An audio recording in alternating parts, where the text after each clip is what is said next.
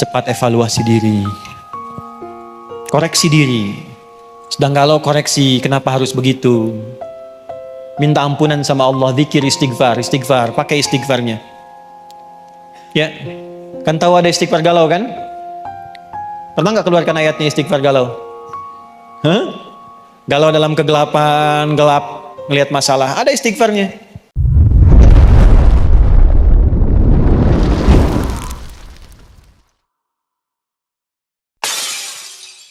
Saya penting utarakan dulu, Quran itu mukjizat bukan? Suratnya atau ayatnya juga? Ayatnya juga. Hurufnya mukjizat bukan? Harakatnya mukjizat bukan? Nah, karena semua mukjizat, pertanyaannya apa itu mukjizat?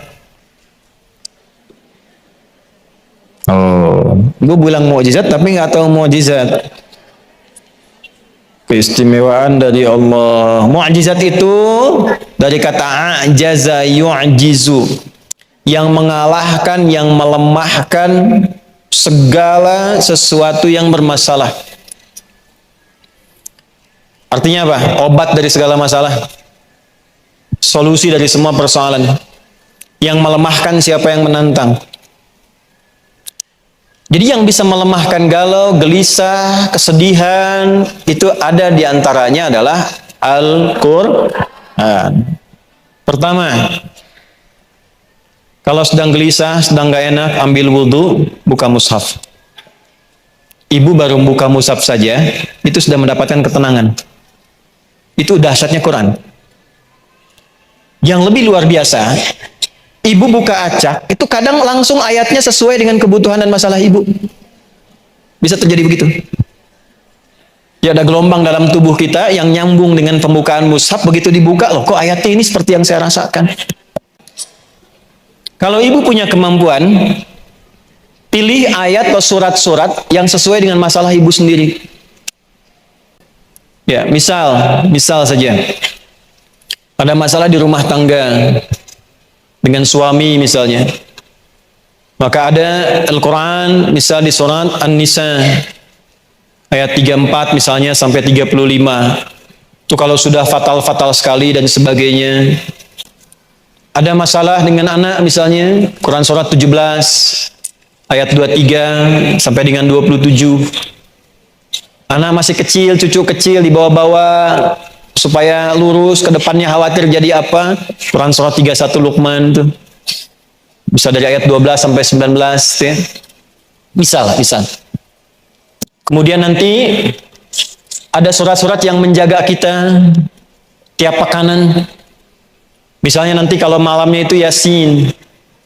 Ada fadilahnya. Siangnya itu Al-Kahf. Di Jumat, kalau bisa Jumat baca 2 surah. Malamnya apa? Yasin. Siangnya apa? Kahf. Sampai Nabi berkata begini, man qara'a suratal kahfi fi yaumil jumu'ati adha'a lahu minan nuri bainal jum'ataini. Paham? Tidak. Siapapun yang baca surat Al-Kahfi di hari Jumat, maka Allah akan memberikan nur pada dirinya, cahaya di setiap 2 Jumat. Artinya dari Jumat satu ke Jumat yang lain, Allah kasih cahaya pada dirinya. Nur itu disebutkan 45 kali dalam Al-Quran, dibagi dalam 12 makna. Di antara maknanya ada perlindungan dari Allah, solusi dari masalah. Jadi kalau sebulan sekali dibaca, setiap bulan dapat cahaya dari Allah selama 1 tahun 12 bulan, dijaga. Ya. Jadi kalau nanti di surat Yasin ada penjagaan pada jiwa, di surat Al-Kahf penjagaan kepada raga. Jelas? Kalau sedang sedih di rumah tangga, masalah banyak dan sebagainya, surat Yusuf misalnya. Yusuf. Ya, ada orang-orang yang pakar, para ulama di bidang ahli Al-Quran, mengeluarkan keutamaan surat dan ayat-ayat Al-Quran. Semuanya punya topiknya masing-masing. Semua ayat Quran itu mukjizat. Kalau ibu ingin penjagaan dalam hidup sampai meninggal di alam kubur, khawatir nanti kalau meninggal bagaimana? Baca surat Al-Mulk. Jelas? Ada nggak ustadz yang pendek-pendek dikit? Kalau sedang gelisah umum, gelisah, nggak enak, nggak tenang. Menemukan tetangga masa gitu, dan teman-teman nggak enak dan sebagainya. Ada 2 surat langsung, surah 93 dan 94, Ad-Duha dan Al-Insyirah. Upayakan ibu baca dalam sholat, misalnya subuh, rakaat pertama Ad-Duha, kedua Al-In. Itu satu paket ya bu, 2 surat itu berpasangan, turunnya bersamaan. Tuh. Malam mau tidur, keganggu, gelisah. Oke lah. Lihat anak gelisah. Ibu mimpi nggak enak.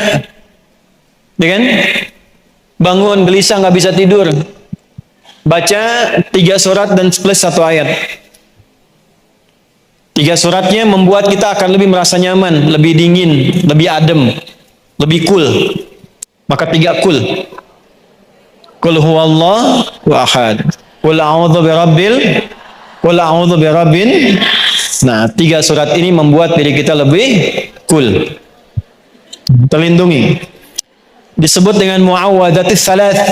3 surat minta perlindungan dari kegalauan akibat gangguan-gangguan syaitan. Jadi ada nanti dari 7 itu, selain makna tawakal kepada Allah, makna khauf juga, memang satu andalannya setan, senjata andalan setan untuk membuat manusia frustasi sampai mengakhiri hidup. Ditemukan di mana itu? Ali Imran, pindah. Surah keberapa? Ketiga. Ayat berapa? 175. Innama dzalikumus syaitanu yukhawwifu awliya'ah. Quran surah ketiga ayat 175. Ada? Innama dzalikumus syaitanu yukhawwifu awliya'ahu fala takhafuhum wa khafuni in kuntum mu'minin. Itu yang tadi saya katakan, tafsir dari yang Al-Baqarah ayat 150 salah satunya. Sungguh yang mengakibatkan kadang, maaf ya, merasa depresi, anxiety, kebingungan, kegalauan, kegelisahan yang dalam, sampai menghukumi ini nggak mungkin, nggak bisa, stres dan sebagainya, nggak bisa melakukan apa-apa. Itu salah satu faktor yang terdalamnya sebetulnya bukan karena masalahnya, karena setan mengaktifkan senjata utamanya, membuat jiwa orang itu berkesimpulan bahwa ya sudah nggak bisa apa-apa saya, sehingga kemampuannya nggak aktif. Alih-alih menyelesaikan masalah, dia memvonis dirinya sendiri, ditakut-takuti sama setan. Itu bahasanya, innama dzalikumus syaitan. Itu yang menyebabkan demikian itu setan. Yukhawwifu awliya'ahu, memberikan ketakutan, menanamkan kegelisahan, membuat depresi, tidak tenang, anxiety dalam dirinya, terus gak enak. Tapi itu hanya bisa terjadi kalau diikutin setannya. Jadi kalau dalam suara hati ada yang mengajak ibu supaya pesimis, depresi, memvonis diri, jangan diikuti, itu setan. Bu, jangan lihat saya begitu, setan itu yang, bukan saya. Saya ulang ya. Siapa itu? Setan. Yang menyebabkan itu setan. Jadi kalau ibu sedang punya masalah, terus tiba-tiba dalam hati gitu, lah kamu memang begitu, kamu mah lemah, kamu dilarutkan dalam keadaan demikian, yakinkan itu setan sedang bekerja. Tapi itu hanya akan terjadi kalau diikuti. Yukhawwifu awliya'ahu, membuat, menanamkan, menghadirkan rasa takut, depresi kepada yang mau ikut dia. Lalu kata Allah begini, fala takhafuhum, jangan diikuti. Bu, jangan diikuti. Jangan takut dengan bisikan setan, jangan khawatir. Lawan itu, lawan. Gak benar nih, kamu pasti bisa. Gak benar. Paksa sholat, paksa baca Quran. Lawan. Kalau nggak dilawan, nanti ke bawah terus. Rasa takut itu kalau nggak dilawan, nanti akan takut terus, Bu. Gelisah kalau nggak dilawan, itu akan gelisah terus. Orang takut dengan ketinggian, harus diajak naik tinggi, supaya merasa nggak ada apa-apa. Kalau nggak pernah begitu, takut terus. Nah, sama orang yang sedang depresi, sedang takut, sedang macam-macam, itu harus dilawan dalam dirinya. Nah, bagaimana cara melawannya? Wa khafuni in kuntum mu'minin. Pasrahkan semua kekhawatiran, kegelisahan itu kepadaku, kata Allah. Kalau kamu memang beriman padaku, ditanya imannya. Tuh yang khawatir, yang galau, gelisah, memvonis diri, ditanya balik sama Allah, kamu beriman nggak? Imannya dipertaruhkan. Hanya orang beriman yang mau mengaktifkan imannya. Aktifkan imannya, Bu. Sehingga ketika iman itu hadir, aman diri kita. Nah, cara kita untuk mengatasi itu dengan bersandar pada Allah, itu bagian tipikal orang beriman, dan pekerjaan kita mengatasi kegelisahan itu bagian dari amal soleh. Jadi jangan salah, amal soleh itu bukan hanya sholatnya. Ketika kegelisahan, kegalauan itu dilawan karena Allah, dituliskan jadi pahala, Bu. Dari mana dapat taunya? Quran surah 16, ayat berapa? 97. Man amila salihah, siapapun yang mengerjakan satu amal saleh, min dzakarin au unta, baik laki-laki ataupun perempuan, wa huwa mu'minun, dan dia kerjakan dengan keimanannya, falanuhyiyannahu hayatan thayyibah, kami akan robah keadaan hidupnya menjadi lebih baik daripada hari itu. Janji Allah. Kami robah hidupnya menjadi lebih baik. Jadi kalau ibu ingin mengatasi kegalauan, pakai iman. Jangan andalkan dengan kemampuan, pengalaman. Bagus, ilmu ada, silahkan. Konsultasi pada psikolog boleh, silahkan, nggak apa-apa, lakukan. Ibu tanya pada orang, silahkan. Tapi dalam diri kita sudah ada anti galaunya. Kalau keluar antibody, kalau galau ada antinya. Bagaimana mengaktifkannya? Pakai imannya. Wa huwa mu'minun. Minta sama Allah amal soleh. Apa amal soleh terkait dengan itu? Yakinkan pada Allah, lawan godaan setannya. Jangan diikutin, jangan dibawa ke depresi, dibawa ke pikiran dalam. Untuk apa? Apa ibu dengan seperti itu selesai masalah? Tidak. Ibu mau vonis diri, nggak bisa tidur, nggak bisa apa-apa. Divonis diri nggak bisa, nggak akan selesai masalah. Lebih baik lawan perasaannya. Nanti setelah itu tenang, hadapi dengan berikhtiar. Lawan dulu. Itulah amal soleh. Saat ibu bisa melakukan itu, dituliskan pahala. Apa yang terjadi? Falanuhyiyannahum hayatan thayyibah. Aku akan robah hidup orang itu, kata Allah, menjadi lebih baik daripada keadaannya sekarang. Tuh. Walanajziyannahum ajrahum bi ahsani ma kanu ya'malun. Di akhirat itu dinilai sebagai pahala dan dikasih anugerah surga terindah saat pulang kepada Allah. Tahu nggak tempatnya di Al-Quran disebut apa? Tempat surganya adalah tempat yang sangat luas, seluas langit dan bumi. Ibu punya, ada orang misalnya paling kaya di sini punya kapling 10 hektar.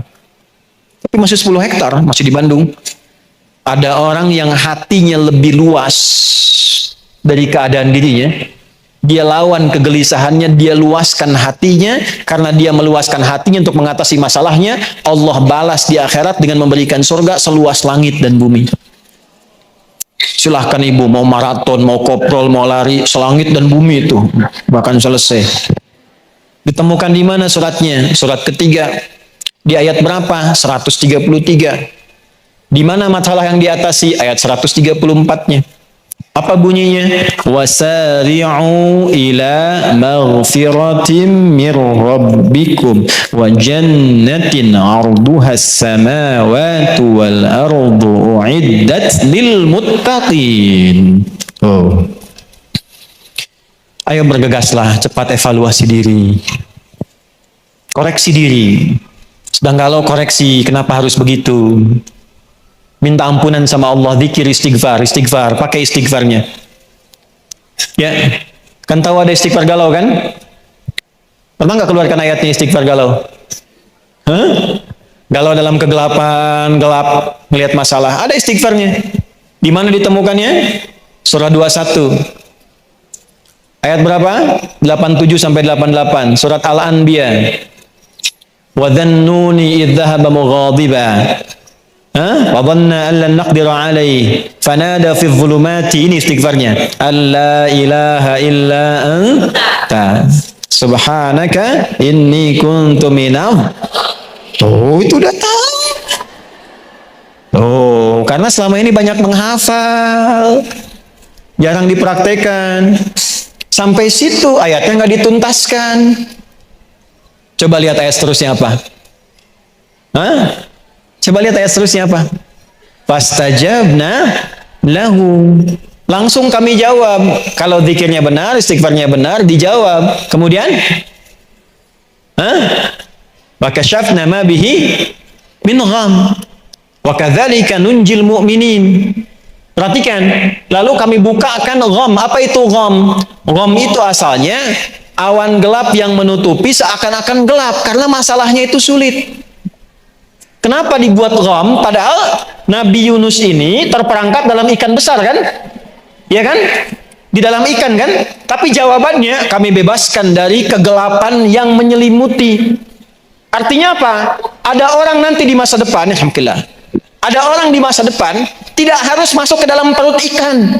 Tapi punya masalah yang membuat dirinya gelap. Seakan-akan mau jalan susah. Pikiran susah. Saking gelapnya sulit melangkah. Pakai zikir itu, rasakan suasananya, maka Allah katakan, wa kadzalika nunjil mu'minin. Jangankan Yunus, kalau ada manusia di depan memiliki persoalan yang sama, walaupun tidak masuk ke dalam perut ikan, punya masalah yang membuat dia gelap, kami selamatkan orang beriman ini seperti kami selamatkan Yunus. Tapi mukminin harus pakai iman. Jelas? Nah, ngaji begitu. Ayatnya keluarkan. Suratnya, baca itu, zikirnya, itu algoritmanya namanya.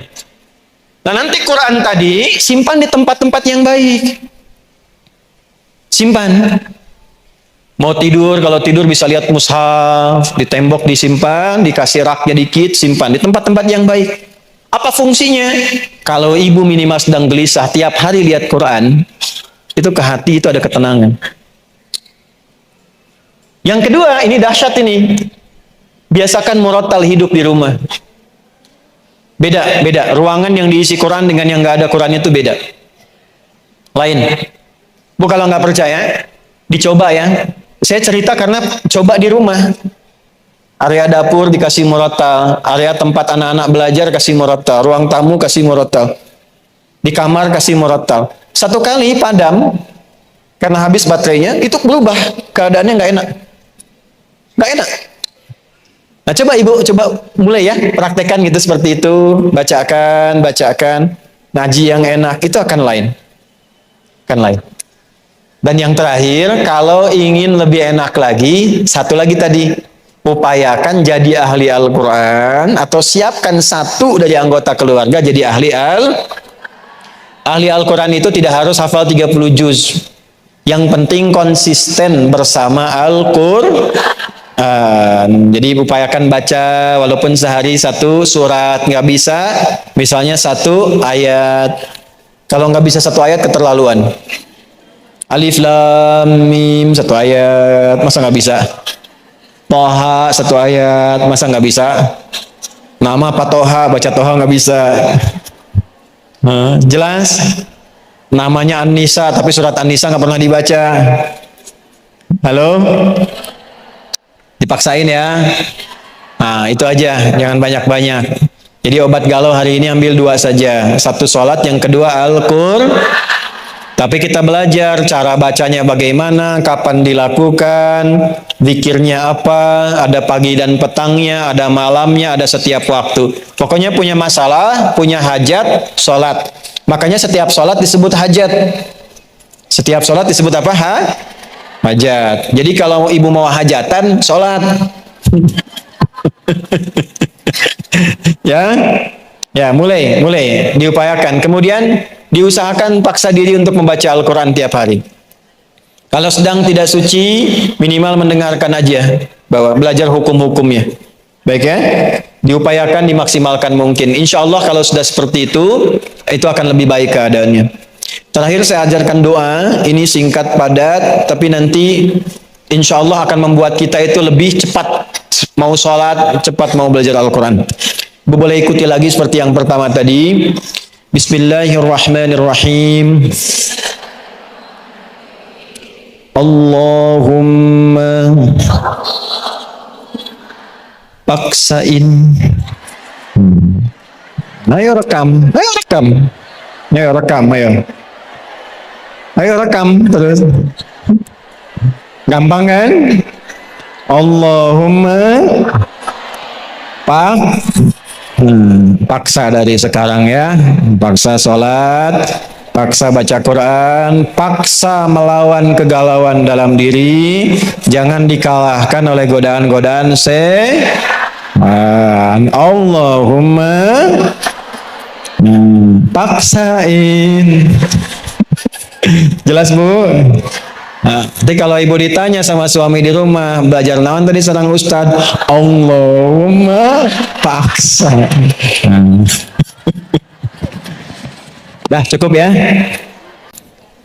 Assalamualaikum warahmatullahi wabarakatuh. Salam. Ustadz saya sedang bingung. Tadi sudah solusinya. Nah ini masalah fikih. Masalah fikih, Ustadz saya sedang bingung. Ruko saya akan disewa oleh perusahaan yang mempraktikkan riba dalam ini yang non syariah. Apakah boleh menyewakan tempat kerja kepada perusahaan tersebut karena niat saya hanya menyewakan bukan untuk mendukung ribanya? Itu berbeda antara memfasilitasi dengan bertransaksi. Kalau secara fikih gini, ada prioritas dulu.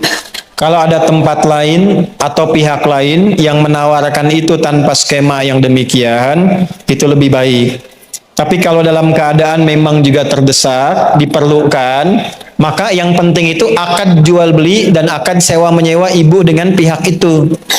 Jadi kalau akadnya itu benar dan tidak terkait dengan pekerjaannya apa, maka yang dihukumi akadnya, bukan perbuatan orang yang menyewanya. Jelas? Paham ya?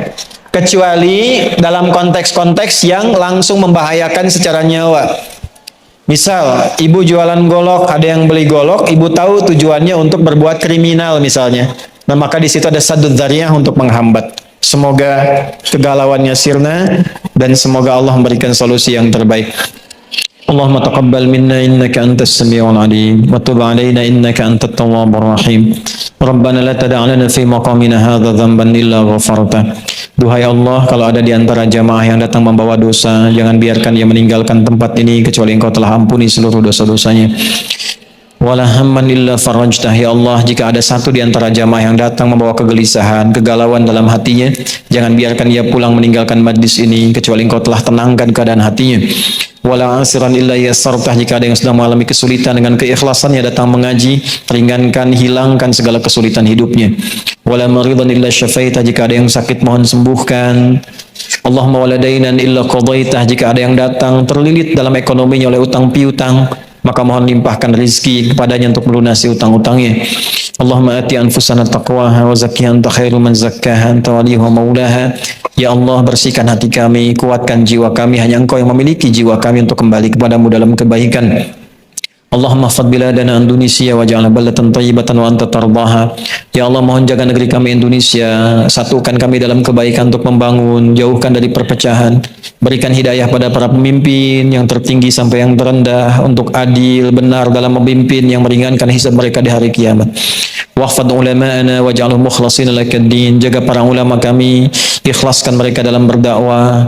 Jauhkan dari keburukan, sifat memecah belah, sifat-sifat duniawi, dan berikan kemampuan untuk mencerahkan dalam kebaikan. Allahumma ansur ikhwatana fi Palestin wa fi kulli makanil mubtalin. Ya Allah, mohon anugerahkan pertolongan pada saudara-saudari kami di Palestina. Setiap tempat yang Kau uji, berikan kekuatan, kebahagiaan, dan ringankan hisab kami di hari kiamat karena kelemahan kami dalam membantu saudara-saudari kami di Palestina dan setiap tempat yang mengalami musibah dan ujian.